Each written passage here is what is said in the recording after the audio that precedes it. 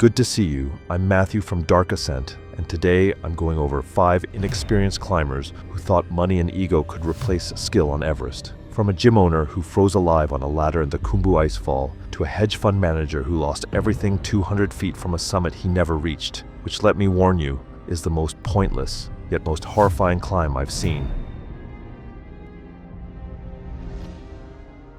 It was April 22nd, 2013, and the pre-dawn darkness over the Khumbu Icefall held temperatures around -12 degrees Fahrenheit. The air was still, the kind of stillness that experienced climbers distrusted because it meant the mountain was waiting. Above base camp, the icefall rose in a frozen cascade of house-sized seracs and bottomless crevasses, its architecture shifting invisibly as the Khumbu Glacier inched downhill beneath it. Aluminum ladders lashed together with ropes spanned the widest gaps, their rungs glazed with ice. Fixed ropes threaded through the chaos, anchored to ice screws the icefall doctors had placed days earlier. Tagert Slade moved through the lower icefall with the confidence of someone who had never been humbled by a mountain. He was 29, an American from Scottsdale, Arizona, who owned a CrossFit gym that funded what he called his ultimate fitness test. Tagert had the physique of someone who trained 6 hours a day, broad shoulders, visible vascularity, even through base layers,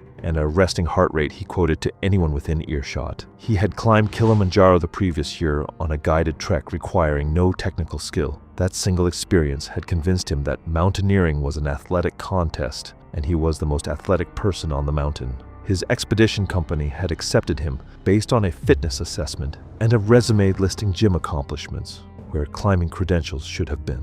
At base camp, Tagert had made himself conspicuous, doing pull-ups from tent frames, comparing recovery metrics with other climbers over meals, and offering unsolicited training advice to teammates who had been climbing for decades. The confidence was genuine.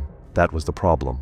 And I'll be honest, when I first went through the details of his application and matched it against what the icefall actually demands, I couldn't figure out how anyone looked at that resume and said yes. Tagert had never worn crampons on actual ice before arriving at base camp. His first ladder crossing during practice had made his assigned Sherpa, Nima Thendup, visibly uncomfortable. Nima was 41, a veteran of 14 icefall crossings, who had lost a cousin to a serac collapse on this same route in 2012. He had watched Tagert grip the fixed lines with his hands rather than trusting his crampons to the rungs, muscling across gaps that required balance, not strength. Nima communicated to the expedition leader that the client was not ready. Tagert declined a second practice session, stating he had the movement dialed. He said he had the movement dialed, despite being a man who had never stood on glacier ice before that week. I honestly sat with that for a while, not knowing how to react. On this second rotation, the route was crowded. A bottleneck had formed at a junction where 2 ladder crossings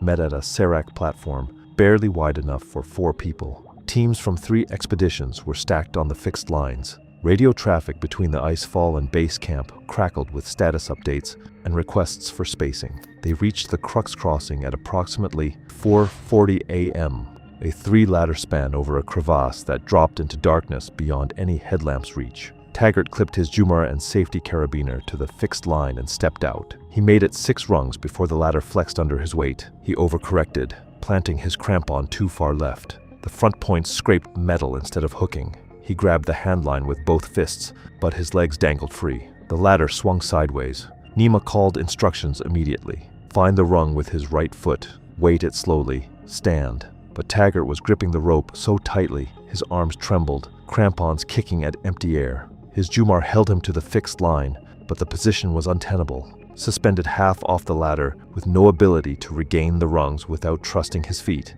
The one skill he had never developed. The strongest climber on the mountain, physically, and the thing killing him was a simple weight transfer that any first-season mountaineer could do in their sleep. That irony hasn't left me. The bottleneck grew. 12 climbers stacked on the fixed ropes in a zone where standing still meant standing beneath seracs that could calve without warning. Time in the icefall was measured in exposure. Nima began working out onto the ladder from the far side, intending to guide Tagert's feet back to the rungs. The serac released at 5:02 a.m., not the collapse of an entire tower. A lateral shift in a wall of ice 40 feet above that sent refrigerator-sized blocks cascading down the corridor. The sound arrived first, a deep cracking report that echoed off the surrounding ice walls. Nima threw himself flat and hooked his arms through the rungs. Tagert, still suspended by his Jumar, had no protection. The collapse slammed through their section in under 3 seconds. When the ice settled, Nima was alive, bleeding from a gash on his forearms. Tagert and 2 sections of ladder had been swept into the crevasse below. His Jumar was found still attached to the fixed rope, the carabiner gate sheared open by falling ice. Recovery teams determined retrieval was not possible. Tagert Slade was 29 years old. He had been on Everest for 18 days and had never learned to walk on a ladder. Physical strength means nothing if the body doesn't know what to do with it. But Martin Kreis would have argued that discipline was the real currency at altitude, and discipline was something he had spent 30 years perfecting.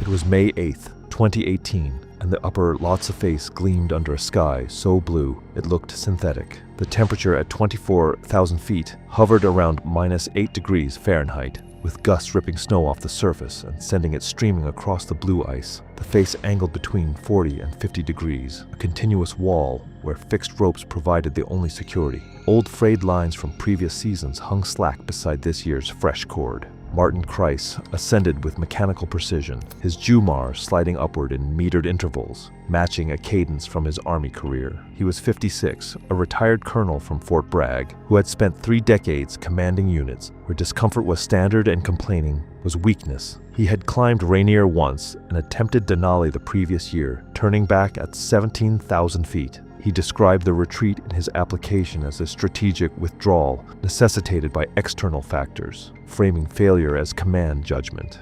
I've read a lot of expedition applications putting these stories together, and I can tell you, the ones that dress up a retreat in military language are always the ones that worry me most. His Sherpa, Chewang Lakpa, 36, had summited Everest 4 times. Chewang had noticed problems since the first rotation. Martin climbed rigidly, refusing to adapt his pace, treating the mountain as an obstacle course where consistency guaranteed progress. When Chewang suggested rest stops, Martin dismissed them. When Chewang pointed out altitude stress, persistent headaches, slight stumbles on the fixed lines, Martin responded with the authority of someone unaccustomed to subordinates, questioning his assessment. The dynamic was clear from the start. Martin treated Chewang like a private giving a briefing he hadn't asked for. And that's the thing about altitude sickness. It doesn't care about rank. On this push to Camp 3, Martin's coordination had been deteriorating for over an hour. His fingers showed the waxy white patches of frost nip, which he dismissed when Chewang pointed them out. His crampon placements had become irregular, front points striking ice at odd angles. Rest stops occurred involuntarily as he paused mid-step, confused, as though he had forgotten what he was doing. Chewang recognized high-altitude cerebral edema building, ataxia, confusion, the slow erosion of motor control as the brain swelled against the skull. He told Martin they needed to descend immediately. Martin refused, quietly, certainly, with 30 years of authority behind it. Camp 3 was close. He needed to push through the wall. The wall, Chewang knew, was his brain dying. I keep circling back to that phrase. Push through the wall. In a gym, that's how you build strength. On the Lhotse face at 23,000 feet, it's how your body writes a death sentence your mind can no longer read. At approximately 1:15 p.m., around 23,200 feet, Martin stopped and looked around with an expression of recognition that was entirely false. He announced they had reached Camp 3 and began unclipping his Jumar. Chewang lunged for his arm but was a body length below on the steep face. Martin freed himself from the line and stepped onto unprotected blue ice at 45 degrees. He managed a couple of unstable steps before his crampons lost purchase. There was no self-arrest. His ice axe was clipped to his harness, and his coordination was too compromised to execute the maneuver. He slid immediately, accelerating down the polished surface. Chewang watched him disappear below the curve of the face in 4 seconds. Martin Kreis was found the following morning, approximately 1,800 feet below the point where he is unclipped. He was 56. Camp 3 had been another 300 vertical feet above the spot where he decided he had already arrived. That detail is the one I can't shake. He died 300 feet below the place he was trying to reach. Believing he was already there, I don't know a lonelier way to go than that. Martin Kreis confused toughness with survival, but at least he believed in something real. Allegra Fontaine built her entire presence on the mountain around something that never existed at all. It was April 29, 2016, and the western CWM stretched ahead in blinding white light. The sun's radiation, amplified by the ice walls of Nuptse and Everest's southwest face, pushed air temperatures to nearly 40 degrees Fahrenheit at 21,000 feet. Wand markers traced the route across the glacier, thin bamboo sticks marking the tested path between hidden crevasses beneath snow bridges weakened by afternoon warmth. Abandoned oxygen bottles and shredded tent fabric from previous seasons lay partially buried along the route margins. Allegra Fontaine was 34, a French-Canadian from Montreal with 90,000 social media followers and a motivational podcast averaging 12,000 downloads per episode. The Everest expedition was content, a narrative arc culminating in summit footage that would cement her brand. Her actual experience consisted of indoor gym sessions and a single guided attempt on Mont Blanc, abandoned at the Guder Hut when weather closed. She had never spent a night above 10,000 feet. To secure her spot, she submitted a resume listing climbs she had never completed. The budget operator, running its second Everest season, never verified the claims. When I traced back her application and compared it to what she'd actually climbed, every single line was either inflated or invented, and the company cashed the check without a phone call. Her Sherpa, Furba Sonam, was 28, assigned because the operator's experienced Sherpas had been allocated elsewhere. Furba had summited twice with solid technical skills, but lacked the seniority to push back effectively. During Allegra's safety briefing, she had spent the session filming herself nodding along. When Furba reviewed rope protocol individually, she assured him she understood with the polished confidence of someone accustomed to performing competence rather than possessing it. That distinction, performing competence versus possessing it, is something I've been thinking about since I started covering these stories, and Allegra might be the purest example I've come across. Hey, quick reminder, if this kind of content keeps you watching, subscribing and dropping a like makes a real difference. Now let's get back to the mountain. On this acclimatization rotation toward Camp 2, the team moved across the CWM on fixed lines. The route was straightforward but treacherous. Flat terrain concealing crevasses beneath thin snow crusts. At approximately 11:20 a.m., the group paused where the route bent around a visible crevasse. Several teams rested in the same area, offering the backdrop Allegra's content required.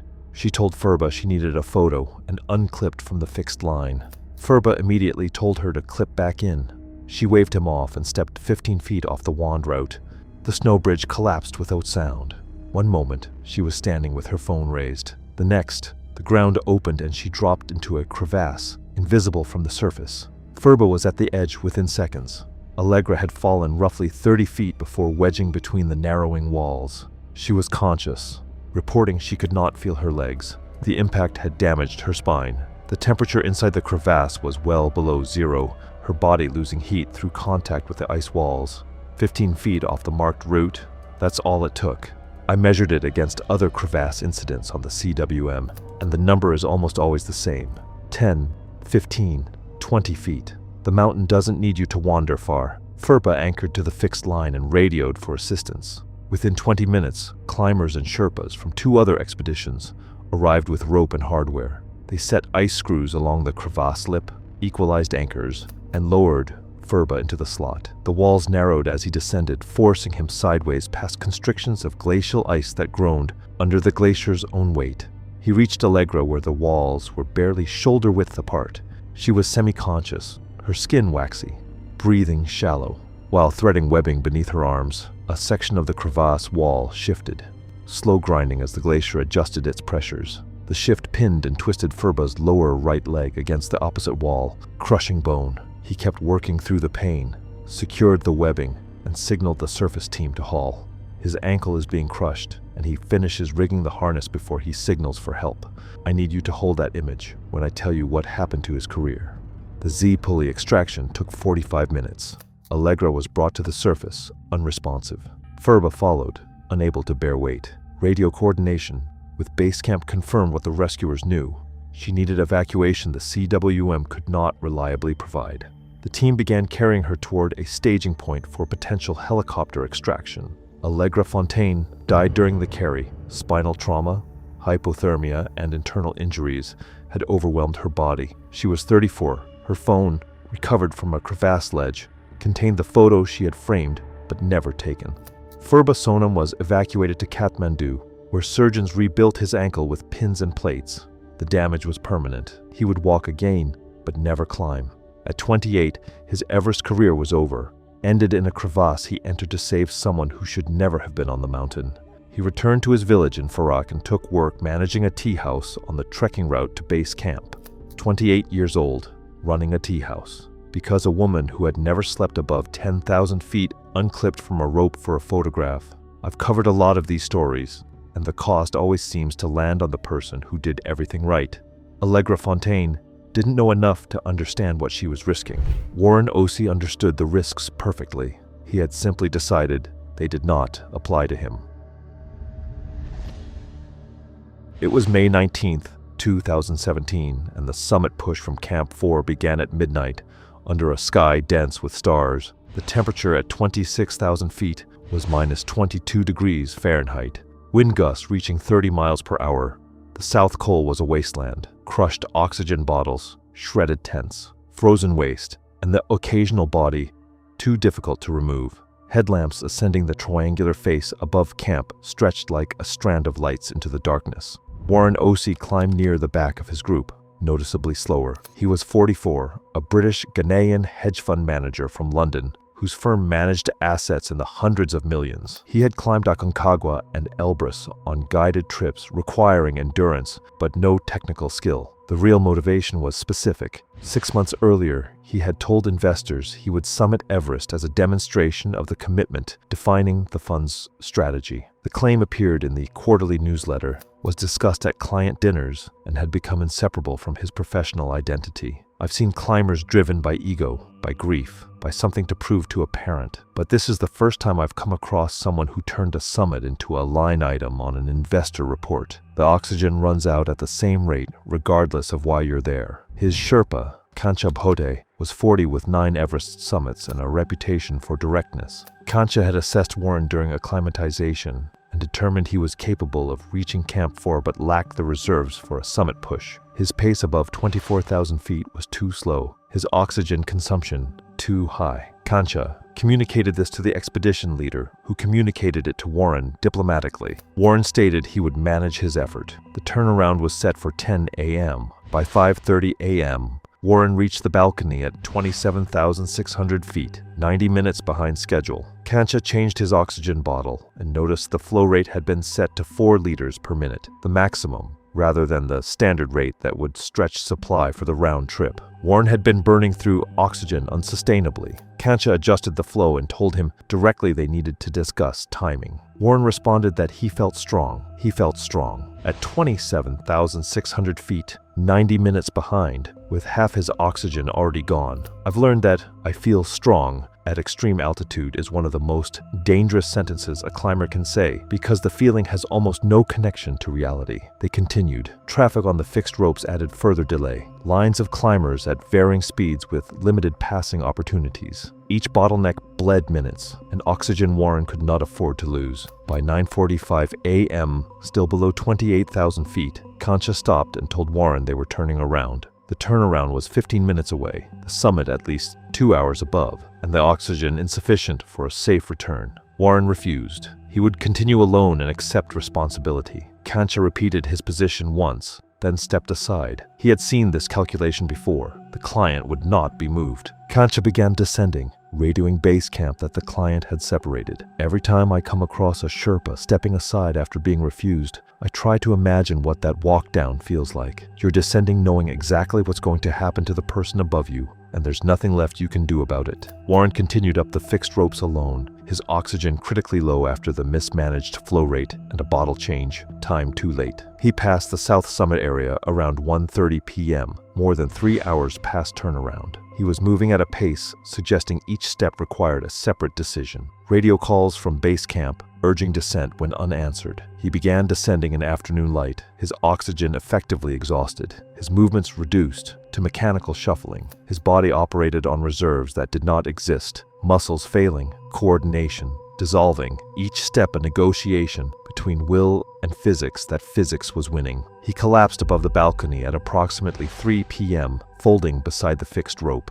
Descending climbers through the afternoon checked for signs of life and found shallow breathing that weakened at each hour. No one had the oxygen or manpower to move him. Warren Ozie was found frozen the following morning. He was 44. He never reached the summit. The distance between his highest point and the top was roughly 200 vertical feet. Close enough to see, too far to reach, and completely irrelevant to the mountain that killed him. 200 feet. I kept coming back to that number because it proves how meaningless the summit was. He died for a distance you could walk in 90 seconds at sea level. Warren Ozie knew exactly what Everest demanded. He believed he was exempt. Sebastian Muir never had the chance to learn what the mountain demanded at all. It was May 18th, 2017, and Camp 4 on the South Col sat under a sky clouding over, with thin cirrus streaming from the west. The temperature was minus 15 degrees Fahrenheit and dropping. The debris field of the col stretched in every direction. Dented oxygen bottles, frozen guy lines, and shredded tent remnants scattered across the plateau. Sebastian Muir arrived at Camp 4 at 2 p.m., the last of his group. He was 23, an Australian from Sydney, whose father, Richard Muir, had summited Everest in 1996 and built a quiet mythology around the achievement. Photographs in the family home, an ice axe mounted above the fireplace, stories that grew more polished with each telling. Sebastian had grown up measuring himself against a standard set on a single day 21 years earlier. Of all 5 people in this video, Sebastian is the one who stayed with me longest. Not because his story is the most dramatic, it's the quietest. But he wasn't arrogant or reckless. He was just a kid trying to make his father proud on a mountain that doesn't grade on intention. His climbing experience was limited to guided treks, Kilimanjaro, the Annapurna circuit, and a failed attempt on Island Peak cut short before technical terrain. He had no experience with fixed ropes, front pointing on ice, or managing oxygen systems. His father had funded a premium placement at $65,000 and arranged for Dawa Wangchu, 45, with 12 Everest summits, to be assigned exclusively. Richard hired Dawa not to help Sebastian summit, but to keep him alive. In a satellite phone call before the summit push, Richard told Dawa that the boy coming home mattered more than the boy standing on top. Dawa understood. He had kept clients alive before by turning them around. What he could not control was a client who hid the thing that was killing him. The acclimatization rotations had been difficult. Sebastian struggled visibly above 23,000 feet, his pace slowing and his appetite vanishing for days. He developed a cough during the Camp 3 rotation that he attributed to dry air, reasonable at altitude, where persistent coughs affected nearly everyone. Dawa monitored it without alarm. At that stage, it was indistinguishable from normal altitude irritation. At Camp 4, Sebastian forced down food without appetite, his energy depleted from the Geneva spur, a headache constant behind his eyes. He was on supplemental oxygen at 2 liters per minute. Dawa checked his regulator during the evening and found it functioning properly. Sebastian reported feeling tired but fine. At approximately 9 p.m., his cough changed. The dry hack deepened into something wet, each spasm producing a gurgling sound from deep in his chest. His breathing developed a crackling quality that worsened each hour. He sat upright because lying down made the sensation of drowning more acute. He did not wake Dawa. He did not increase his oxygen flow. In an audio diary recovered later, his final entry noted his chest felt heavy, but attributed it to nerves. He stated he did not want to be the reason the team turned around. That line from the audio diary broke something in me when I first heard it. He's sitting in a tent at 26,000 feet, his lungs filling with fluid, and his last recorded thought is that he doesn't want to inconvenience anyone.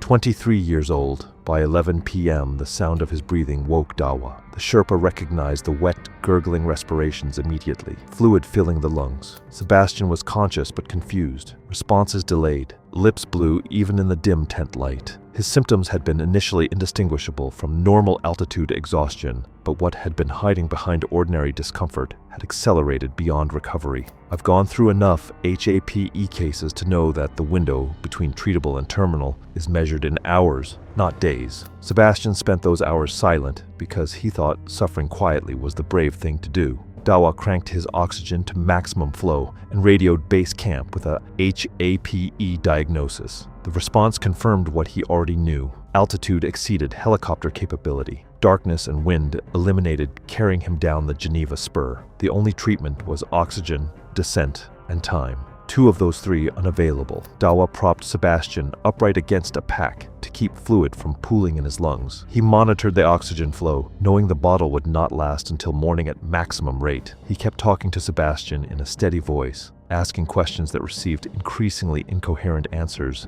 then no answers at all. Sebastian's breathing became a continuous struggle, each inhalation producing a sound like water drawn through a narrow pipe. Outside the tent, other teams departed for the summit, crampons crunching on frozen ground, headlamps filing toward the triangular face. The sounds of preparation, zippers, buckles, the metallic click of carabiners filtered through the tent fabric while Dawa sat beside a 23-year-old whose lungs were filling with fluid. That contrast is the thing I keep coming back to. People heading toward their greatest achievement, 6 feet from a tent where a kid is dying. Nobody outside knew. The mountain doesn't pause for one person. Sebastian Muir died at 3:47 a.m. on May 19th, 2017. He was 23. He never left camp for the summit push. The mountain killed him in his sleeping bag while other climbers walked past his tent on their way to the top. Dawa Wangchu remained with the body until morning. The recovery took 3 days. Richard Muir was waiting in Kathmandu when his son arrived. The ice axe above the fireplace was taken down and never replaced.